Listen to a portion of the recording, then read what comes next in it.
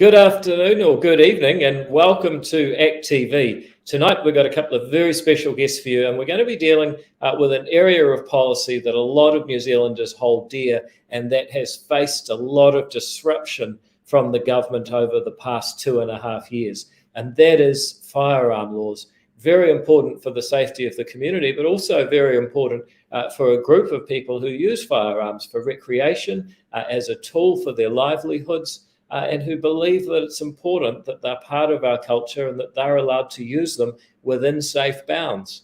Unfortunately, it's fair to say the government has made a real hash of firearm laws over the last 2.5 years, coming out of our nation's tragedy in Christchurch. And we're going to be getting in the experts. Nicole McKee, an ex-member of Parliament who has been a firearm safety instructor, passionate about this area of policy, and someone with some serious expertise, Nicholas Taylor, commonly known around the traps as the firearms lawyer, who has done thousands, I suspect, of cases related to firearms over the years.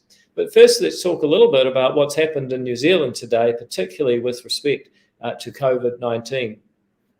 What's really interesting is the government has put out this 90% vaccination target. And unfortunately, by doing that, they have thrown the whole effort into total chaos. The reason why is that it totally contradicts their prior position. Only a couple of weeks ago, I asked Chris Hipkins and Jacinda Ardern in Parliament, what does it mean for the vaccine rollout to be complete? And they were unequivocal. I asked them, what does it mean to say that we can move on from this phase of COVID? And they said, we will say that the vaccine rollout is complete when everyone's had an opportunity to be vaccinated. I then asked the Prime Minister, does she agree with Chris Hipkins who said that? She said, absolutely, of course. And then what happens yesterday, Dr. Ashley Bloomfield stands up at the podium of truth and says, oh, we need to get to 90%. So which one is it? Is the vaccine rollout complete when everyone's had the opportunity, or is it complete when 90% of people have been vaccinated? And what if we get to 89.9%? Do 10.1% of New Zealanders get to hold the rest of New Zealand to ransom by stopping us reaching the goal the government set for us to get out of lockdowns, reopen the borders, and get our way of life back? It would be much simpler if the government said, by X date, there will have been enough booking slots for everyone to have a chance. People don't want to, they don't have to. But New Zealand is going to move on and begin safely reconnecting with the rest of the world. And we have to. We cannot afford to carry on the way we are. We've had a government that took the world's longest nap for 18 months, and during that period made no preparations for Delta. Hence, we're back to the strategy of locking down and locking out as our only response to an outbreak of COVID-19. If we're going to move forward, then we need to have a clear strategy. And what we should be saying is, what was the government's original plan? Actually, quite a good one. Make sure everyone's had the opportunity to be vaccinated, which should happen, by my count, somewhere in November, and then say, right, once everyone's had a chance, we're going to start reconnecting with the world. We're going to allow people to travel more, and we're not going to resort to dangerous and damaging lockdowns every time there's an outbreak. We're going to use other technologies, better testing, tracing, and treatments to ensure that if people do get infected, we can isolate them more quickly to prevent rapid spread, and ensure that if people do go to hospital, there are treatments available that mean that they don't put an enormous burden on the hospital system. That's what we should be doing to give New Zealanders a couple of things we really need right now. One is certainty about where this whole thing is going. People who are running businesses bleeding cash under lockdown right now because they can't operate or can't operate fully know that they can't borrow forever, even if Grant Robertson thinks he can. And by the way, when he borrows, we pay it back anyway. The second thing is we need to know that our freedoms are coming back and that we haven't made a permanent shift in the relationship between the state and the citizen in New Zealand. At the moment, with no certainty and no clear way out and no clear strategy, and the government making contradictory statements about what vaccination level is required before we can start making changes, we're in some considerable difficulty. ACT, for its part, has been putting forward a sound set of plans and circumstances that will allow New Zealanders certainty and freedom. If you're interested in this topic, I'll be appearing on News Hub Nation tomorrow morning on TV3, where I'll be in a televised debate with Chris Bishop from the National Party about what some of our options are. Today, as I mentioned, we're going to bring in Nicole McKee. Nicole McKee is an ex-member of Parliament. She is one of the most diligent and organised people I've ever met, and something people might not know about her, a great adopter of new technology. She's got more gadgets than Inspector Gadget, and that helps her be organised to do her job very effectively, especially in something as detailed as the area of firearms policy. Nicole, before entering Parliament, was a mum of 4. She's also been for a long time a trainer of firearms safety, particularly in remote communities around New Zealand. Nicole, it's great to have you back on ACT TV again. How are you going? Thanks, David. It's great to be back here as well. I really do like coming on the show, and I'm extremely grateful that Nicholas Taylor's given up his time to join us tonight as well. We're quite lucky. Well, that's right. And we should bring in Nicholas. Nicholas is known to friends and enemies as the firearms lawyer. He's a barrister based in Auckland, currently suffering under level 4 lockdown. I would say that when it comes to how firearm laws actually work, Nicholas's extensive experience over several decades in court involved in firearm cases means that he knows the Arms Act in and out. I suspect he probably dreams about it clause by clause until he wakes up. So we're really grateful to have such a knowledgeable person. I just want to start with a question for Nicole about a story that was on One News just actually half an hour ago. They had the police saying they're getting all of these firearms from criminals, and the firearms were given to them by licensed firearm owners. And then they go on to say, well, if only there was a register, if we had a list of every firearm in New Zealand, then we'd know whose they were and we could punish the people that sold them to people they shouldn't have. Now, to a lot of people, that makes a lot of sense. After all, everyone's got to register their car. If we registered firearms, we'd be safer, or at least that's how the argument goes. Not saying it's my view, but I'm pretty keen to hear what you'd say to people who have that view. Yeah, look, it's really interesting because we're seeing police have said, and going back to the interview, Operation Tauwhiro, they've seized 987 firearms over a 6-month period. So they're extending it another 6 months. That's great. If there's illegal firearms being held out there, being used to commit crime and violence, we want them off the streets. So go do your job. But to turn around and say that they all came from licensed owners and this is why we need registration, well, the first thing I did was start submitting some WPQs, written parliamentary questions of the minister. I want to know how many of those 987 firearms actually have serial numbers on them, how many have been stolen from licensed firearm owners, and how many will be returned. There's a stack of questions there. So if police are going to make such a big statement like that, they need to back it up with some details around those 987, because frankly, our system of looking at the person rather than the firearm is what works. It's worked well, and it's been renowned around the world for that. So we want to make sure that the implementation of good firearms legislation is actually about the fit and proper status of those who use firearms, and those who do so illegally shouldn't have them. And a last point I'd like to make is, if police are blaming licensed firearm owners, who gave them the licenses in the first place? When we've had a terrorist given one, and we've got gang members as well. Out of this is that there'll be a few people in police national headquarters getting those written parliamentary questions through, thinking, bloody McKee, all the stuff that we didn't put in our press release when we went on TV with that story is now going to be public in 5 days' time, when that written question has to be published and sent back to us. So good on you.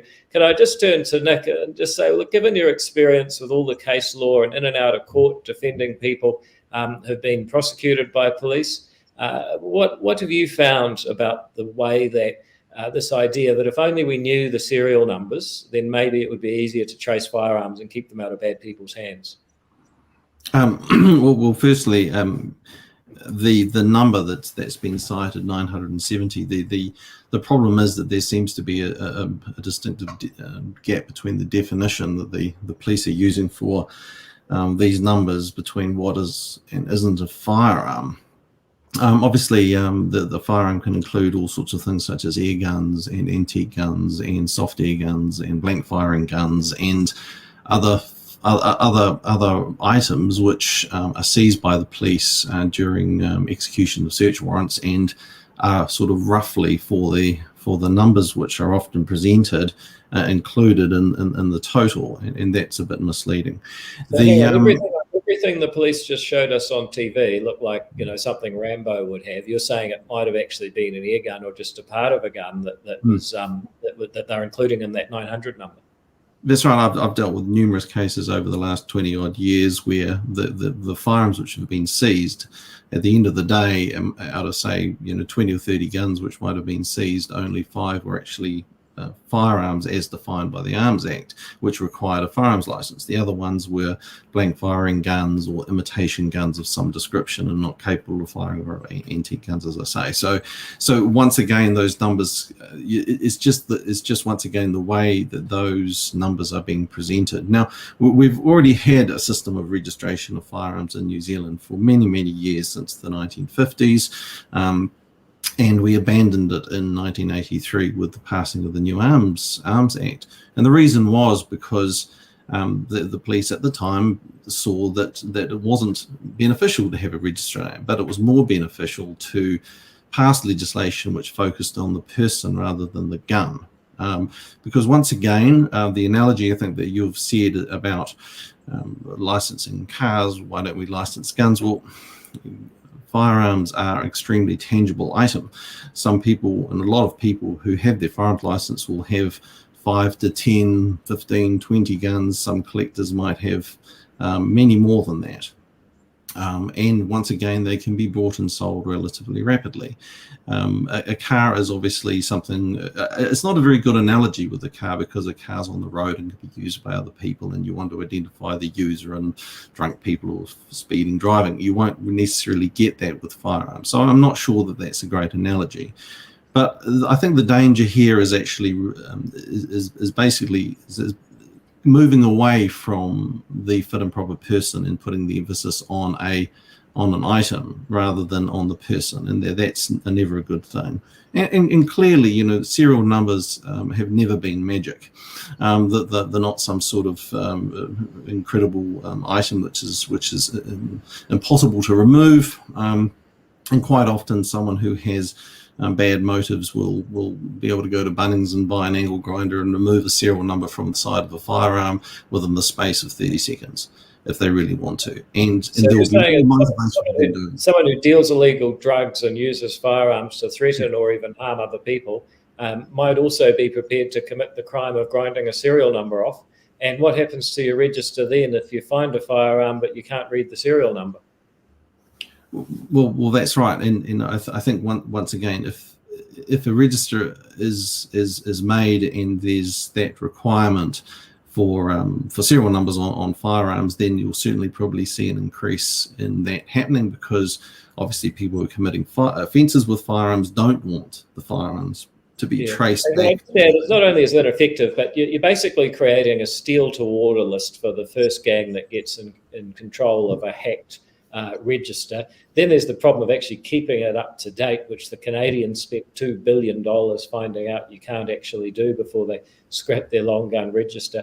I mean, it's just nuts, and it makes me so angry to see the police propagandizing this kind of thing on the TV. But can I just turn, I don't want to let them dominate Act TV. We got our own stuff to talk about. Nicole, you're someone that a lot of people look to in the firearms community. Since you've been in Parliament, I know you've been getting a huge amount of correspondence with people about concerns about how the law is working and how it's been administered. Can you tell us a bit about what you've been hearing lately? First of all, in the COVID period, I know there's been issues with licensing and so on. Just like a lot of other things, people are finding it difficult to do. That's created issues for firearm owners, but also more generally with the way that the government's going about these rule changes. I think what you and Nick have both said is that they're trying to reverse history. In 1983, we went from trying to register the specific firearm to trying to control or at least vet the person. It seems that we're now going back the other way, and due to the mechanical complexity of firearms, it's just creating chaos. Is that about the size of it, or is there more you're hearing? Yeah, no, chaos is definitely what we're hearing. And some of the emails that I've been getting basically refer to licensing delays, especially people who are renewing their licenses, having to remove their firearms from their safes that have already been approved by New Zealand Police. It's kind of like when your license expires, the day before you're fit and proper, the day after you no longer are, and you need to get rid of your firearms. And people are finding that really, really difficult to deal with. Now, when we had the first lockdown in March last year, there was an exemption offered through Order in Council in the COVID-19 orders that allowed people to retain their firearms should their licenses expire. And I do not understand why this government has not done it again. We're 5 weeks into a lockdown, especially for Aucklanders. There are licenses expiring. There are vetters who can't get to places. And yet we've still got criminals out there because their licenses have expired and they haven't moved their firearms. So that's big issues that I'm getting bombarded with in Parliament through my email system. What else am I hearing? The renewals, the amount of time taken for a new license applicant and also for a renewal to be done is huge. 388 days is for a new applicant and over 220 days for somebody renewing. I mean, that's absolutely ridiculous. Why? So let me be clear. What went wrong with our nation's tragedy in Christchurch was the police gave a firearm license to someone who very obviously shouldn't have had one. And yet what we now see is that the one thing they really needed to start doing better, which is vetting people properly. If anything, it sounds like it's as haphazard as ever. They've gone from one extreme to the other, in my humble opinion. They've gone really well over the top.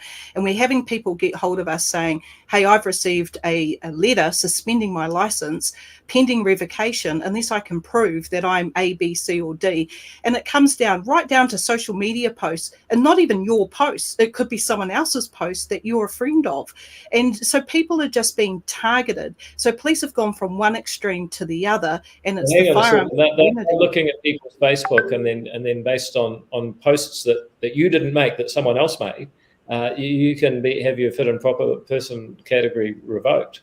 Yes, if you put in a comment or a like or something like that on someone else's page, you might get a visit from the police and you might get a letter that suspends your license and you need to prove why you're still a fit and proper person. I mean, Nick's got some other stories as well, but these are the sorts of things that I'm getting. It's just a continuous targeting of people when they haven't done anything wrong.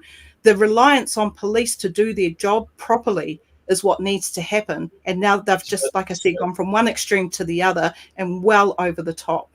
So it sounds like we have the worst of all worlds here. The goal is for everybody to be safe and for people who are fit and proper users to be able to use firearms for a variety of reasons that New Zealanders do. And yet we seem to have got to a stage where, for the first time in history, the majority of police would like to be armed because there's so many problems with firearm crime. And yet for people who actually are fit and proper users, you've got more rigmarole and uncertainty than ever. Talk us through, I mean, ultimately the ACT Party exists to reform public policy and leave better laws than the ones we found. What else have you been working on? I know you've been up to quite a lot. Talk us through what ACT's up to try and make this better in the long term. Well, I've spoken before about our criminal proceeds bill, which we've already got in the mix. We've got a repeal bill, which is ready to go into the mix, which is the biscuit tin.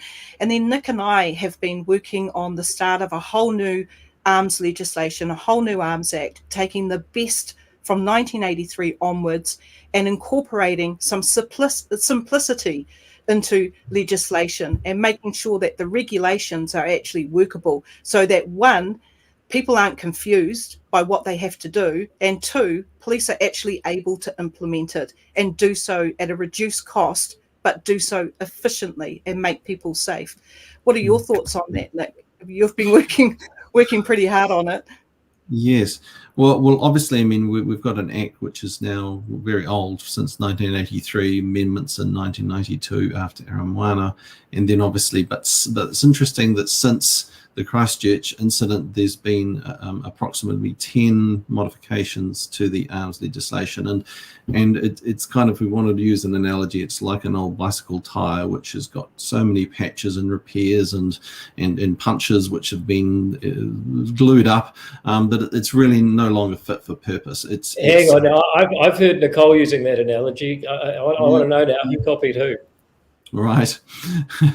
I think we both agree to it. I think it's a good analogy. Very politics. Yeah, and it is. There's numerous errors, there's numerous problems, there's numerous conflicts with it. There seems to be conflicts in the current legislation about the licence suspension, and with the Search and Surveillance Act and with the New Zealand Bill of Rights Act, which is quite serious. So some of those issues need to be worked through. But it is over complex, it's over bureaucratic in nature and the way it functions. Its emphasis is wrong. It is targeted. It seems to be targeting and focusing its energies on the wrong people, generally speaking, in trying to make changes which are not going to really have the effect, which is the desired effect, which is of course for the safe use and control of firearms and public safety, which is the key ingredient for any bit of legislation like this. And so yes, it would be good to actually wipe the table and start again and look at a total restructure of the Arms Act, something fresh, something new, something focused on the things which really matter, and to be more inclusive and to try to get more people who want to get a firearms license with a firearms license, if they are a fit and proper person, and put some personal responsibility back onto the person, and some trust will flow then both ways from those people. It's a huge task, but we haven't been able to rely on the police and the government with all their resources to get firearms laws right. We seem to have the worst of all worlds at the moment for licensed firearm users and for public safety, the way things are going. So we're very grateful that we've got you doing this monumental task, and I especially like the way that you're getting more people around the table and actually listening, because if there's one thing wrong with the government's response in 2019, it's that they rushed laws through, didn't listen, and actually made things even worse than they had been. Hey, look, I know we've got to go to questions because we always take questions from our listeners. We've got Ross here who says, I'd like to know what's happening with the Independent Arms Authority that we're supposed to be getting. Now, that's an ACT policy. The government half promised it. Nicole, what happened to it? Yeah, so that's something that we ask every opportunity that we can get in the house of the minister, and she's not been able to answer that question. Although, and I'm just going to read this, there was an executive director firearms appointment made this week. Angela Brazier has been appointed by New Zealand Police, and she's going to play, quote, a crucial role in setting the future direction and leading the change to establish a new regulatory firearms entity. That to me sounds like it's police are going to organise a new or separate regulatory entity by police, probably for police. So I can't see it being an independent authority, but we will still keep asking those questions because it was an agreement made in the last government. We haven't seen anything happen with that yet. Yeah, and it's a hopeless approach they're taking. I mean, Nick explained this to me best. He said that there's three basic rules or jobs when it comes to firearm policy. Someone's got to make the rules, someone's got to administer the system, and someone's got to enforce the rules. New Zealand Police enforcement, some of the best in the world, a really impressive police force. Administration, would anyone trust them to run the warrant of fitness regime for cars? Probably not. And then when it comes to policy making, they seem to have, it's like when all you have is a hammer, everything looks like a nail. So, we've proposed Justice Department doing the law and policy, having the police doing the enforcement, which is what they're good at, and some completely separate entity making sure we're doing the vetting and administration of the law properly. But unfortunately, it looks like the government's only gone halfway, in part because the police are unwilling to relinquish any territory. I think that's a really, really sad place for policy to be. but a good reason to vote ACT and get change in policy in just 2 years' time when the election will soon be. Can I go to a comment by Leon? The Arms Act should be the same principle as tax law. If it's complex, it isn't right. Well, we completely agree with you. And Kevin, classic name for a licensed firearm owner, says, what's ACT's view on arming the police? And if so, will it lead to an arms race? Nicole, it's Chris Bailey's our police spokesperson, but I'm sure you can ably step in there. We are not in favour of arming New Zealand police, and there's a number of reasons behind that. And one of the main reasons is they don't even get enough training, but they don't go to work and should not have to go to work and be fearful about who they're going to face. So Operation Tauwhero's doing its job, getting firearms out of the wrong hands, but we should not be taking guns to a gunfight in the street when both parties don't know how to shoot properly. That's when you start getting innocent bystanders being killed, and we've already had that in New Zealand. It's not the way New Zealanders are. We need to find another avenue. What you say about training, because I think one of the tragedies of this really knee-jerk response the government's taken recently is that they have eroded trust in your local arms officer and in police generally, when the LFO community should be the eyes and ears of the police when it comes to potential problems with firearms. And I've heard that there's been reluctance amongst some pistol clubs to even welcome police on and have them to do their training. I don't know if that's true, but can you tell us about the general level of trust in police after the last 2.5 years of knee-jerk lawmaking by government? Well, the Council of Licensed Firearm Owners actually have done a couple of surveys on trust and confidence in police, and their last survey that they did showed that the trust and confidence between licensed firearm owners and police had dropped to 8%. I mean, that's just phenomenal. We've never seen anything like that. And you're quite right, David. The firearms community were always the first ones to go to police with problems. They don't trust them at all now. They won't go there. So we need to rebuild that. And we think when we get our act done, our act together, our new Arms Act, that will actually be able to build that trust and confidence back up, because police are failing at trying to work it back up. And it doesn't help when the commissioner goes on national TV tonight and blames licensed firearm owners for all the guns they've found, without qualifying it. That doesn't help the situation. It just divides us even more. Yeah, the people we gave a license to aren't following the law, and it's their problem. Well, I think that's incredibly unhelpful. This is very technical. I don't know if we'll get very far on an answer on this, but Steve says, what is the possibility of increased capacity shotgun exemptions for competition use moving forward? B-endorsed firearm license holders are most certainly fit and proper people, and a similar endorsement category such as the old ECAT would allow New Zealand to be competitive in this discipline of sport again. Nicole, you've talked about a sporting exemption. Can you flesh this out a bit? Yes, I'd like to see a sporting exemption in our new Act, and we're definitely going to make sure that we have some way of working that in there. What our plan is that Nick and I will be working on this over the next 12 months, and then we're going to come out for consultation with the community. There might be things we've missed out, or you might not agree with some stuff, or you might think we're spot on, but we need to hear from you. So in about 12 months' time, we'll come out with that. But a sporting exemption needs to be in there. We have world champions in this country. We have Commonwealth gold medalists. We need to make sure that we can support our international athletes. And I've neglected to mention, are a New Zealand champion in rifle shooting, and I gather that you're actually competing in the morning. Oh, yeah, we've got a range opening, and I've been asked to go along and shoot tomorrow. So I'm bringing out the old 303 to shoot at 500 yards tomorrow, and I'm looking forward to it. It's been quite a long time since I've shot a rifle, and I'm looking forward to seeing the crew out on the range at Trentham for opening day. It's going to be a great time. Well, good on you. Well, look, it's a terrible thing, the tyranny of the half-hour time slot. But at ACT TV, we're very professional and serious, and just like the real thing, we have to keep it to half an hour. So I have to thank you very much for the perspective and the intelligence, and especially all the work that both you guys are doing. At the moment, we've got the worst of all worlds. We don't have public safety, and we don't have fair and reasonable laws for those 250,000 New Zealanders who are licensed firearm owners.